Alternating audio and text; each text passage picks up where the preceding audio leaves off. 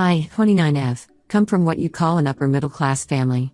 My father was a successful real estate developer who built his business from scratch, and my mother was a stay-at-home mom who managed our household. I have an older brother, Edward, 34M, who was always the golden child in our family. Growing up, the dynamic between Edward and me was always strained. He got everything handed to him on a silver platter: the best education, connections through Dad's business partners, and eventually a cushy job at Dad's company. Meanwhile, I had to fight for everything I wanted. When Edward needed a car for college, Dad bought him a brand new BMW. When it was my turn 2 years later, I was told to get a part-time job and save up for a used Honda. The favoritism wasn't just about material things. Every achievement of mine was measured against Edward's. When I made it into the honor society, Mom just said, "Oh, that's nice, dear. Did you hear Edward just closed his first property deal?" It was exhausting living in his shadow, but I learned to deal with it by focusing on building my own path. I worked through college, taking summer internships at investment banks while Edward spent his summers learning the business by playing golf with Dad's partners. I graduated with honors and landed a job at Goldman Sachs, but even that wasn't good enough. Dad called it playing with other people's money and kept pushing me to join the family business. The real estate company, Davidson Properties, was Dad's pride and joy. He started it in his garage 30 years ago and built it into a $200 million business. Edward joined straight out of college and got fast-tracked to VP of Operations within 5 years. Everyone knew he was being groomed to take over eventually. Dad kept trying to convince me to join too, but always in roles reporting to Edward. "Your brother knows the business," he'd say. "You could learn so much from him." What he really meant was that Edward needed someone he could trust to do the actual work while he played executive. I refused every time, which only created more tension. I built my own career in investment banking instead. It wasn't easy. I worked 80-hour weeks and climbed the ladder the hard way. By the time I made vice president at my firm, I was finally starting to feel like I'd escaped Edward's shadow. I even helped arrange financing for some major real estate developments, bigger deals than Edward had ever handled. But at family gatherings, all anyone wanted to talk about was how Edward was carrying on the family legacy. Things stayed tense but manageable until last year. Dad started having stomach pains that wouldn't go away. When he finally went to the doctor, they found stage 4 pancreatic cancer. It had already spread to his liver. The doctors gave him 3 to 6 months at best. The diagnosis changed everything. Dad immediately started putting his affairs in order. He'd always been meticulous about business, and this was no different. He called a family meeting and laid out his succession plan. Edward would become CEO of Davidson Properties, but ownership would be split 50-50 between us. "The business goes to Edward because he's there," Dad explained, "but you'll get equivalent value in other assets, the vacation properties, investment accounts, everything split down the middle." It seemed fair to me. Edward got the business he'd worked in, I got my share of the family wealth. But Edward completely lost it. He started yelling about how unfair it was that I'd get half when I'd abandoned the family business. He stormed out of the meeting, and that's when things got really ugly. Over the next few weeks, I noticed Edward spending a lot of time alone with Dad in the hospital. At first I thought he was just being a good son, but something felt off. Mom started acting weird too, avoiding eye contact when I asked about Dad's condition. I was busy with a major deal at work and couldn't be there as much as I wanted, which I now realize was exactly what Edward was counting on. 2 weeks before Dad passed away, when I was in London for a client meeting, Edward made his move. He brought a lawyer to the hospital and got Dad to sign a new will. I only found out about it after the fact. Mom later told me Dad was on heavy painkillers at the time and could barely hold the pen. The new will was a complete shock. Instead of the 50-50 split Dad had promised, Edward got 80% of everything. The explanation in the will claimed this was to ensure the stability of the business. Mom tried to convince me it was for the best, that Edward needed the resources more than I did. She even suggested I should be grateful for the 20% I was getting. I was devastated. Not because of the money, I had my own career and savings, but because of the betrayal. Edward had manipulated our dying father to get what he wanted. He took advantage of Dad's weakened state and medication to change a decision Dad had spent years planning. It was cold, calculated, and cruel. What really made my blood boil was discovering that Edward had fed Dad lies about me during those hospital visits. He convinced Dad that I was planning to sell my share of the business immediately after his death, that I would partner with competitors to take over the company, that I was just waiting for my inheritance to cash out. All complete lies, but Dad was too sick to verify any of it. After the will reading, Edward had the nerve to tell me this was what Dad really wanted. He suggested I should take my 20% and stay away from the business entirely. Mom stood there nodding along, just like she always did when Edward pulled his stunts. That's when I decided enough was enough. Edward had crossed a line that couldn't be uncrossed. I spent the next few months carefully gathering evidence. I got copies of Dad's medical records showing his mental state during those final weeks. I found emails between Edward and the family lawyer discussing the will changes before they happened. But the real goldmine came when I hired a private investigator. The PI uncovered years of financial fraud at Davidson Properties. Edward had been embezzling money through fake vendor contracts, inflated expenses, and phantom employees. He'd been living large on company money while preaching about preserving Dad's legacy.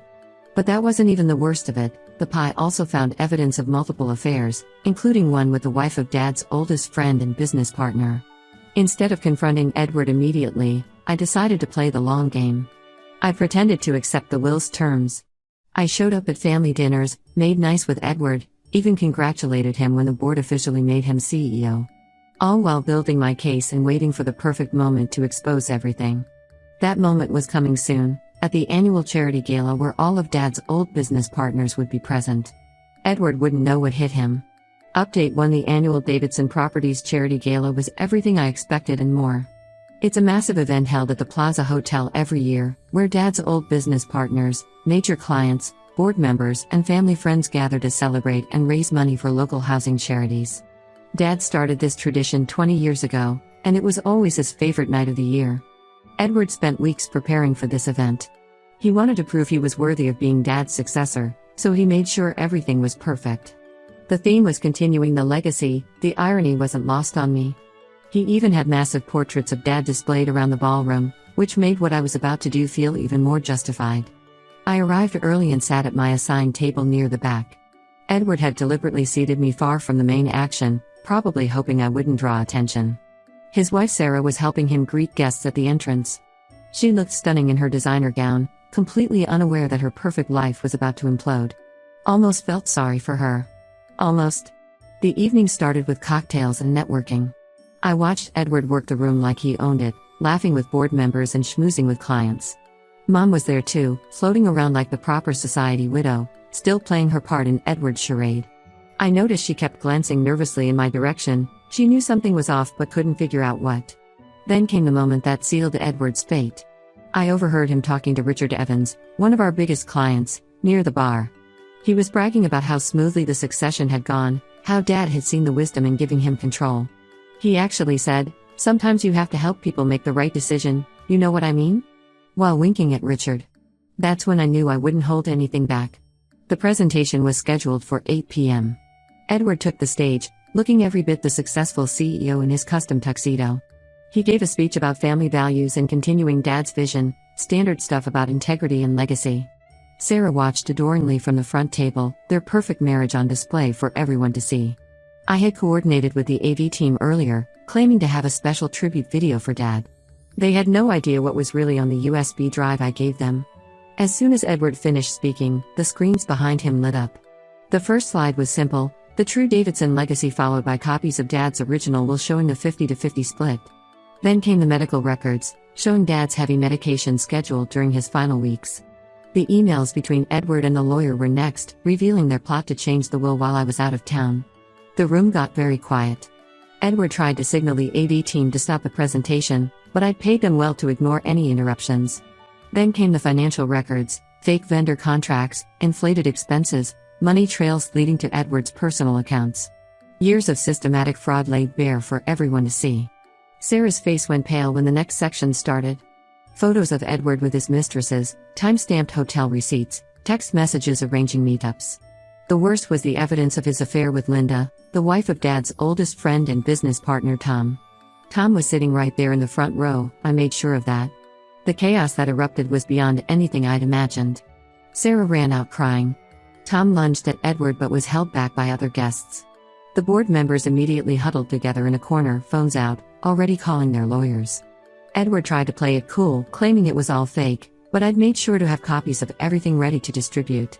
Mom's reaction surprised me the most. Instead of defending Edward like she always did, she stood up and addressed the room.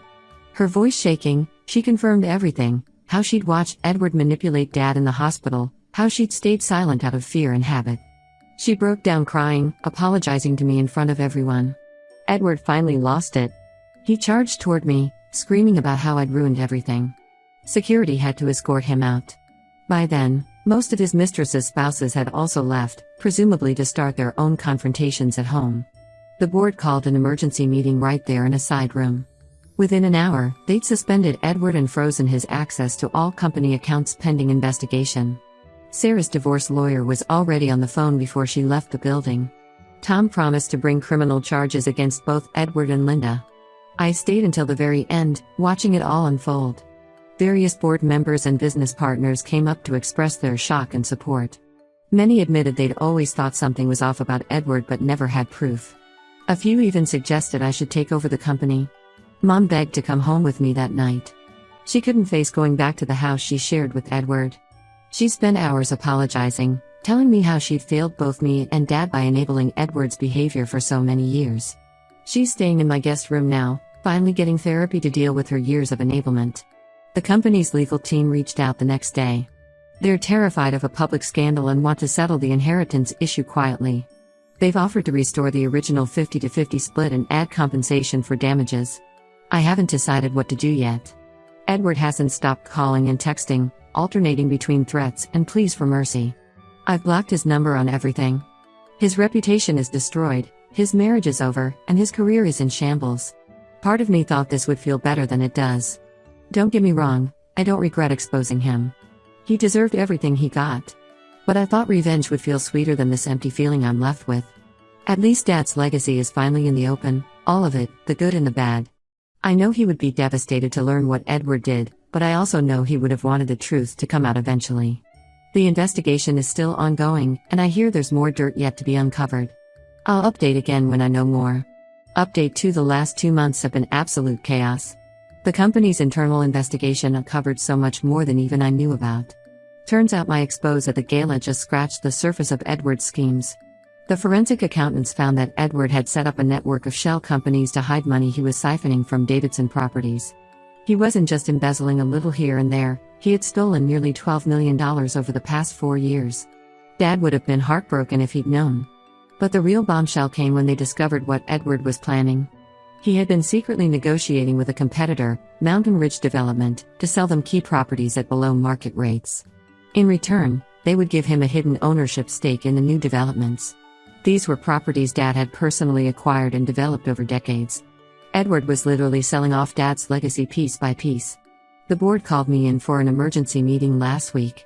They laid out everything they'd found and made me an offer. They would restore the original 50-50 inheritance split if I agreed to join the company as Chief Strategy Officer. They needed someone with both real estate knowledge and financial expertise to clean up Edward's mess. They also wanted me to sign an NDA about certain aspects of Edward's dealings. Apparently some of them could trigger investigations into other companies too. I was ready to refuse. I had built my own career away from Davidson Properties, and I was doing well. But then Sarah reached out to me, and everything changed. She came to my office looking completely different from the polished executive wife I remembered from the gala. She was barely holding it together. That's when she told me she was 4 months pregnant. She had found out just a week before the gala but hadn't told Edward yet. Now she's stuck dealing with him for the rest of her life because of their child. Sarah showed me documents she found while moving out of their house. Edward had been planning to strip the company's assets and then file for bankruptcy, timing it so he could hide assets from both the divorce settlement and company creditors. He didn't care that this would destroy the jobs of hundreds of employees who had been loyal to Dad for decades. That was when I knew I had to take the board's deal. But I made my own demands: full audit powers, the ability to reverse any deals Edward had made in the past year, and a seat on the board. They agreed to everything. They were that desperate to avoid more scandal. Mom's still living with me, but things are complicated. She's struggling to process everything that's coming out about Edward. She keeps saying things like he was such a sweet boy and I don't know where we went wrong. I try to be patient, but sometimes I want to scream at her that she knows exactly where they went wrong. They spoiled him rotten and never held him accountable for anything. The therapy seems to be helping her though. Last week she finally admitted that she had seen warning signs about Edward's behavior for years but chose to ignore them. She said she was too afraid of losing her comfortable life to stand up to him or Dad. At least she's being honest now. Edward tried to fight back, of course. He hired some hotshot lawyer to claim that he was set up, that I had fabricated everything out of jealousy. But the evidence was too solid. The board's investigators had found everything independently after my gala presentation. Even his lawyer dropped him when the full scope of his fraud came to light. Sarah's divorce is moving forward, and she's made me her key witness.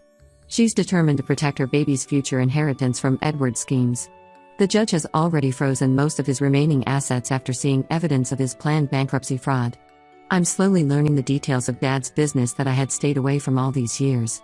Turns out I have a knack for real estate development when I'm not being pushed aside or undermined. Some of Dad's old partners have started reaching out, saying they always wondered why I wasn't more involved in the company. The hardest part has been dealing with the employees. Many of them had looked up to Edward, believed in him. Finding out about his betrayal hit them hard. I've been trying to rebuild their trust in the Davidson name, but it's going to take time. I know there's more to come. The investigators say they're still finding new evidence of Edward's schemes every day. I've heard rumors that some of his shadier deals might attract federal attention. I'll update again when I know more. Update 3: The dust has finally settled, and things have fallen into place in ways I never expected. The company is stable now, and last month the board unanimously voted to make me CEO. Turns out I inherited more of Dad's business instincts than anyone realized. We've managed to reverse most of Edward's damaging deals and even landed 3 major development projects that he had nearly lost. The federal investigation into Edward's dealings wrapped up last week. He's facing multiple charges of wire fraud, tax evasion, and money laundering. His lawyer is pushing for a plea deal, but from what I hear, he's still looking at significant jail time. The evidence trail was just too clear. Edward made one last desperate attempt to worm his way back in. He showed up at my office unannounced last week, looking nothing like the polished executive he used to be. He'd lost weight, his designer suits replaced by off-the-rack clothing. He brought Mom along, thinking she would help plead his case. His timing was awful. We were in the middle of a board meeting. He burst in claiming he had changed, that he understood his mistakes now, and wanted to make amends.